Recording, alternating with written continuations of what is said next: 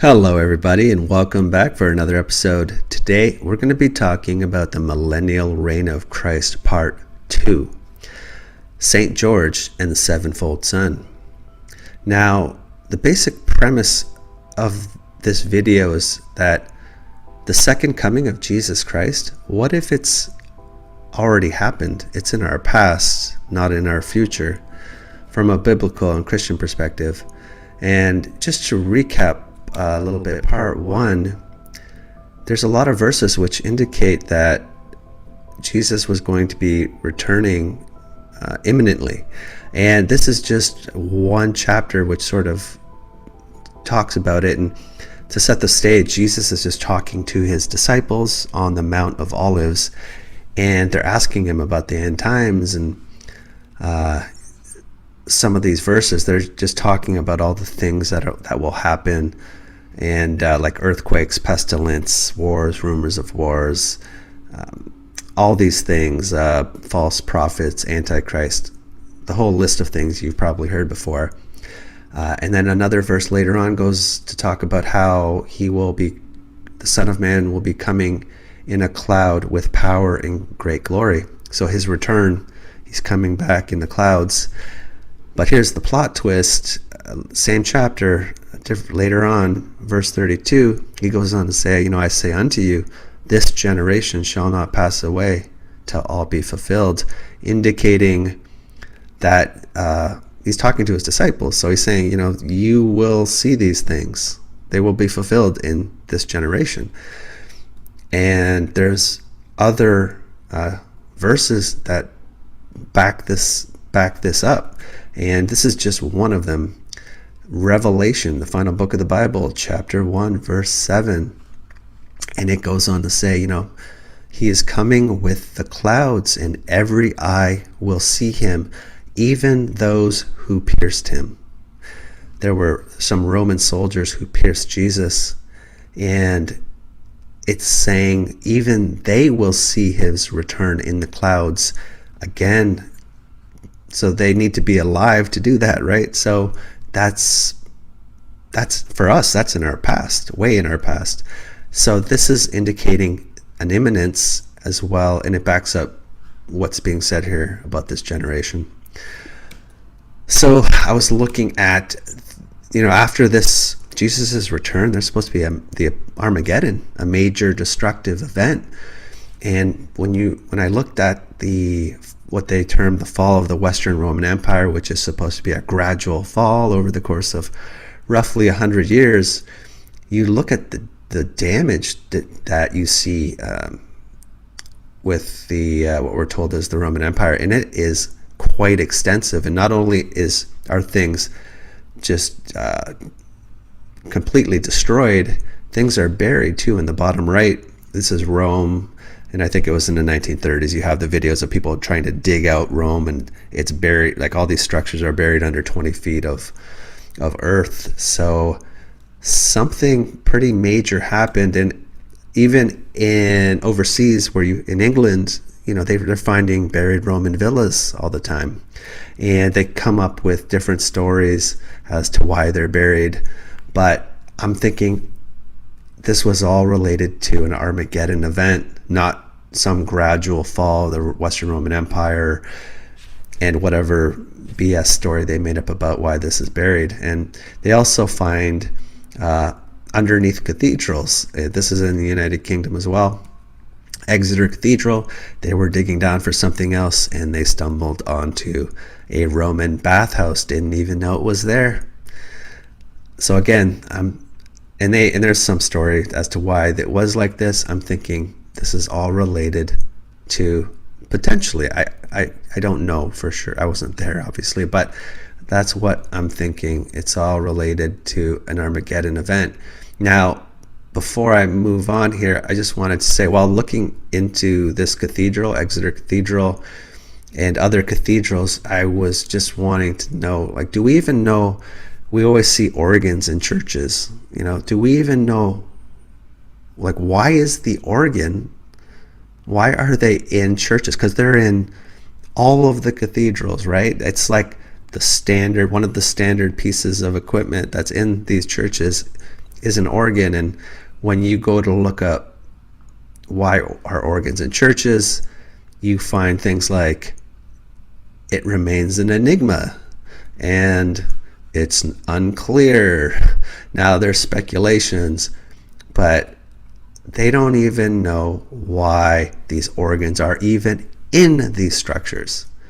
And this is just Europe's largest pipe organ, St. Stephen's Cathedral, 1682 allegedly. But this thing is massive, and I think there's over 17,000 pipes. And again, something that keeps getting repeated over and over tells me there's a functionality to it other than just people listening to music. There's something to it, but the fact they don't know what's under a lot of these cathedrals, and they don't even know why these organs are there.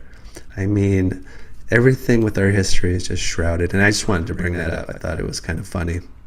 They don't know why. But so after this, after the Armageddon event, Jesus returns, there's supposed to be a 1,000-year reign of peace.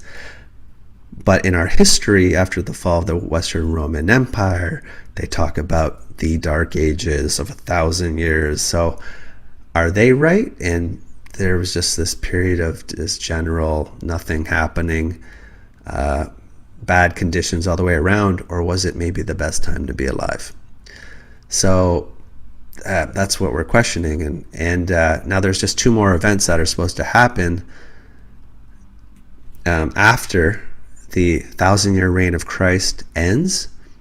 2 other events are supposed to happen. One is that Satan is supposed to be let loose.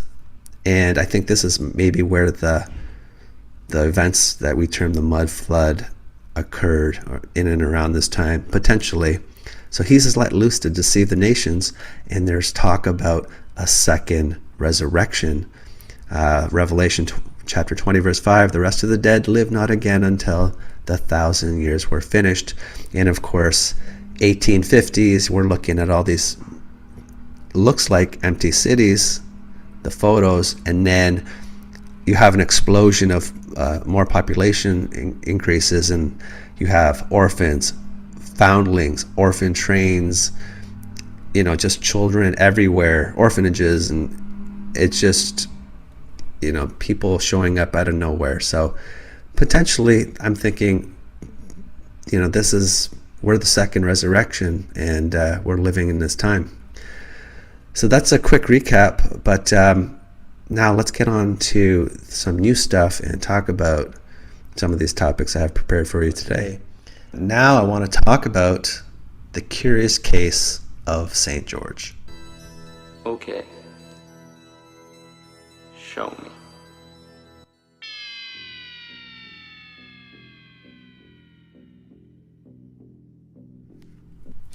Okay, now I found this pretty interesting, because if you look at the last book of the Bible, again, the book of Revelation, there's some verses that talk about Jesus's return, and that he'll be riding on a white horse, and out of his mouth goeth a sharp sword. And when he comes back, he's coming back with the armies which were in heaven followed him upon white horses themselves. So he's coming back to wage war against the nations that are rebelling against him. So he's coming back for battle, and he's on a white horse. He's got a sword, and he's gonna take care of business, basically. So I wanted to touch upon this St. George character, because when you look at this St. George, St. George is usually associated on being on a white horse, and he's associated with defeating a dragon. But when you look at his history, the exact details of his life remain a mystery. And this particular saint is the patron saint of England, but not just England. you also have Venice, Genoa, Portugal, Ethiopia, and I think Germany and even some other countries all claim this one saint as their patron saint. For somebody whose life really remains a mystery, that's kind of interesting. And as I mentioned, he's often portrayed mounted upon a white horse. And there's even coinage. They tell us it's from this date, and the symbolism. The symbolism is very consistent. It's just you have him on a horse, usually with a sword or a lance or a spear, and but it's across many different cultures, and there's all these statues of him as well. But this is the Czech Republic, Prague, supposedly 1373. I don't know about these dates, but there are all these statues dedicated to this character who nothing of his life or deeds can be established. So people are making this character, this the person, character, Saint George. He's the patron saint of countries. They're erecting statues and these equestrian statues to him. Here's another one, Zagreb in Croatia, they say from 1887. We've got one from Stock, and there's a lot of these, but these are just some of them. This is from Stockholm in Sweden. And you've got Berlin in Germany, and it's just these consistent themes. So what I'm thinking is St. George might be some sort of tribute to when Jesus Christ returns in the clouds, and basically the defeat of Satan for the 1,000 years when he was thrown in the pit. Is this some sort of nod to Jesus Christ, actually, in his return? Because St. George is sort of associated with being a warrior, and that's what Jesus came to do, actually. And he's supposed to be really virtuous and all the character traits you would assign to Jesus. So I'm just wondering if that's what this is. And you even have these statues. A lot of them are bronze, but some are made out of wood. You even have these equestrian statues that are inside. A lot of times they're associated with churches, and a lot of times they're inside churches. So this is St. Nicholas's Cathedral in Stockholm, Sweden, and this one's an awesome one, and it's an older one, but I don't know if I trust any of their dates. But it seems like a lot of effort went into sort of immortalizing somebody whose life is a mystery, making him, he's like a lot to do about somebody that we don't know anything about, really. So that's why I'm thinking there might be more to this St. George. This is another church, St. George's Church in Antwerp, Belgium. And just really interesting. And somebody did a study talking about it was talking about crossing cultural boundaries, and St. George in the Eastern Mediterranean, and there was a cult of St. George, and he's one of the most extraordinary examples of cohabitation among different religious communities. So you had, we're told anyway, this Greek Orthodox, Latins, and Muslims shared shrines dedicated. They tell us he was born in Cappadocia, and he was a Roman soldier. This St. George was.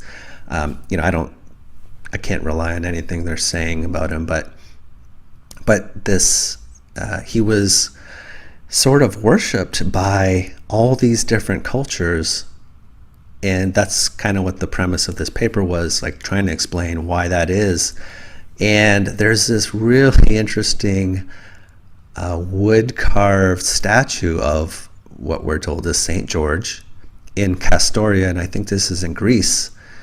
Now, the unique feature of this church in Castoria, is a large wood-carved statue of St. George, which is about 9 feet. I guess that would be approximately 9 feet.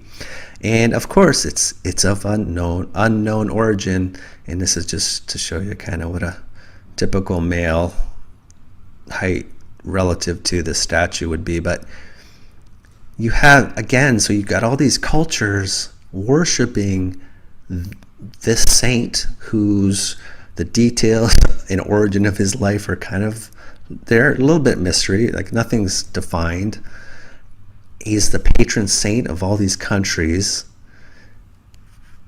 And I just, and he's associated with as being a warrior and virtuous and noble and just. And he's on, a lot of times he's depicted on a white horse with a sword, so everything that is sort of associated with his second coming in the clouds and how he's coming as a warrior and to be just and to establish his kingdom. I'm thinking, maybe there's some ties there. Again, we can't be sure. Food for thought. So, and that's going to take us to the book of Isaiah, which actually has a lot to say about the millennial reign of Christ. And we're going to look at a chapter in this particular book, and we're going to talk about the sevenfold son. Okay. Show me.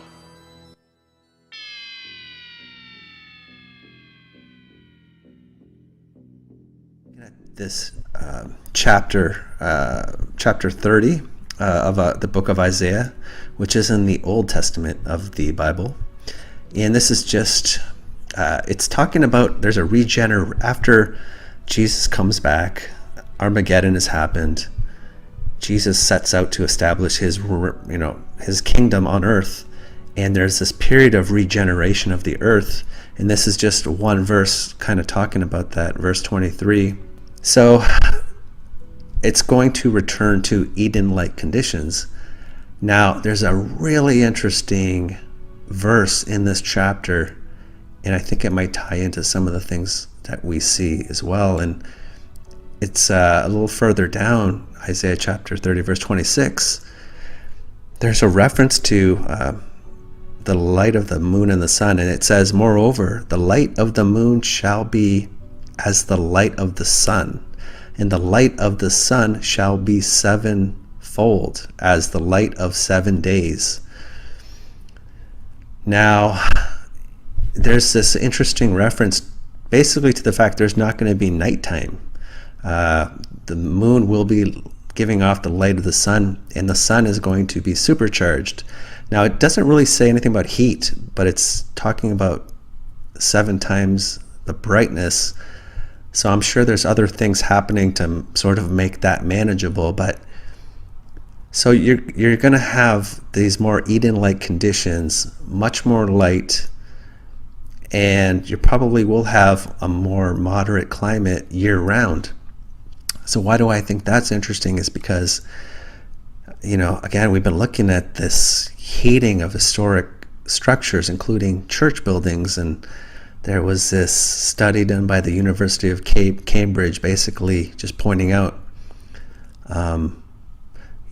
most church buildings prior to the 1800s, in the UK and elsewhere in Europe, and you could throw Russia in there, they were entirely unheated. And there was this study again by it was University of Cambridge, and they were just looking at all these different churches and the best way to heat them, because no consideration was given for heating these structures. So I guess what I'm saying here is these structures were built during this time when the sun and the moon were giving off much more light, and the climate was much more moderate. So there was no winter. It never got cold. And if you look at the Palace of Versailles, these palaces were just impossible to heat. And we have stories that Louis XV decided to change his bedrooms from the main gallery to a smaller area of the palace, because it was just it was just too cold. In addition to waste management issues, they had a hard time heating this place. And when you look at it, it just, the idea that they didn't factor in keeping it warm or have a better answer than just a fireplace, it just doesn't seem logical.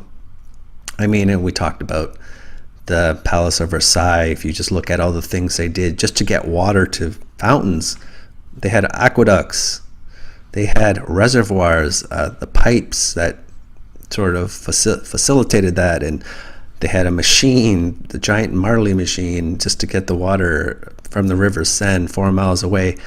All of this engineering and heating and waste management for that issue, for that matter, they didn't plan for that stuff. So maybe I'm saying they didn't need to.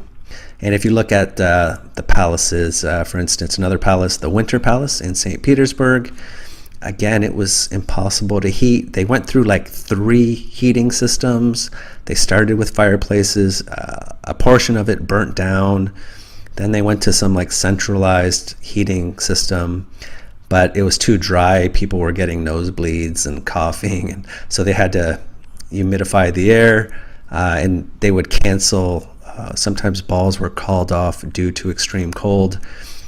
So again, all of the engineering that went into the Winter Palace, but they forgot that it can, well, winter is a factor. So I'm suggesting this palace was built at a time when the climate was moderate and it was just continuous daylight. And again, if you look at castles, most medieval castles would have been incredibly cold. And I think, again, they belong to this period of time when the climate was moderate. Now, even if you look at infrastructure, I've talked about this particular, basically it is a water tower. There's a standpipe in there, and there's a powerhouse behind it, pumping station, and it's all steam powered.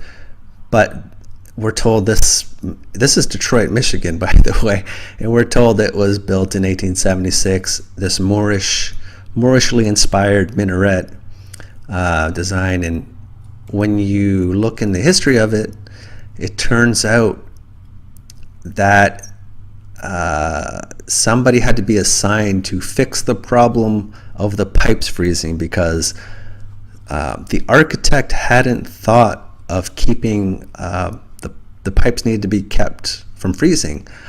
So they had to install a coal burning stove at some point to prevent, because it gets cold in Detroit.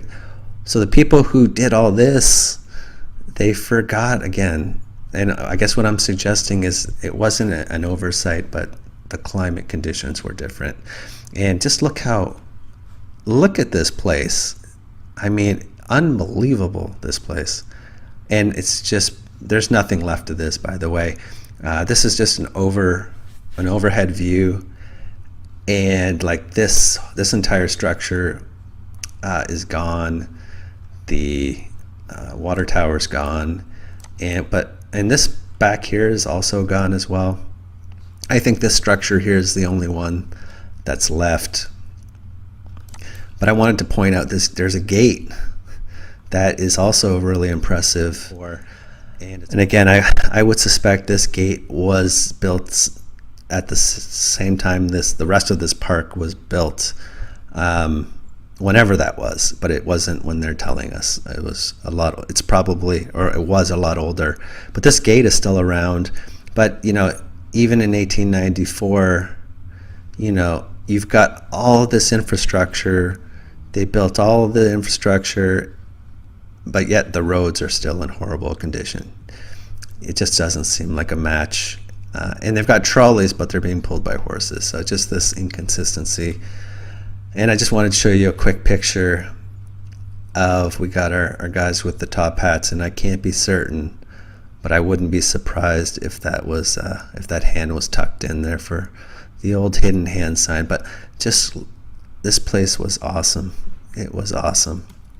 And just the last thing I wanted to hit on real quick is the New York Public Library. And again, they're telling us this is the main branch, and they're telling us it was established in 1895. But when you go in this place too, I mean, this is the main reading room, and you've got your oversized windows, elaborate ceiling. But as far as heating goes, if you go to the entrance, they have to put these airlocks in because they didn't actually design. Like when you open a door into a big expansive room, you're going to have a draft, and if it's cold out, that's not going to be good. So after the fact, you'll see these buildings with airlocks. Sometimes they're made out of wood, but you can always tell they were done after the fact. So I'm suggesting this structure was around during this this climate that was much more agreeable. So what else I wanted to point out is if you like this sort of content as far as the millennial era, or millennial reign of Christ, I saw a couple really good videos from a couple channels, and I just wanted to highlight them and the channels real quick. There is a channel called Golden Age Past, and there's some really good stuff in here, and I would definitely recommend if you're interested in this type of material, definitely check it out. And there's another channel called Exploring Tartaria, and I watched this video called The Timeline Deception, and really high quality, good content, great video editing. It's just really entertaining. So if you're interested, you can check that out. And so I guess to sum up, I do believe we are living in this period of time after the 1,000-year reign of Christ. I think we're living in this time when the 1,000 years have expired and Satan's loosed to deceive us. And it made me think of this movie called Prince of Darkness from John Carpenter, 1987, which sort of has it's a really creepy movie, and it has that same theme that Satan is trying to get loose. But that's where I think we are. And I guess I'll leave it here for today. But until next time, take care. Bye.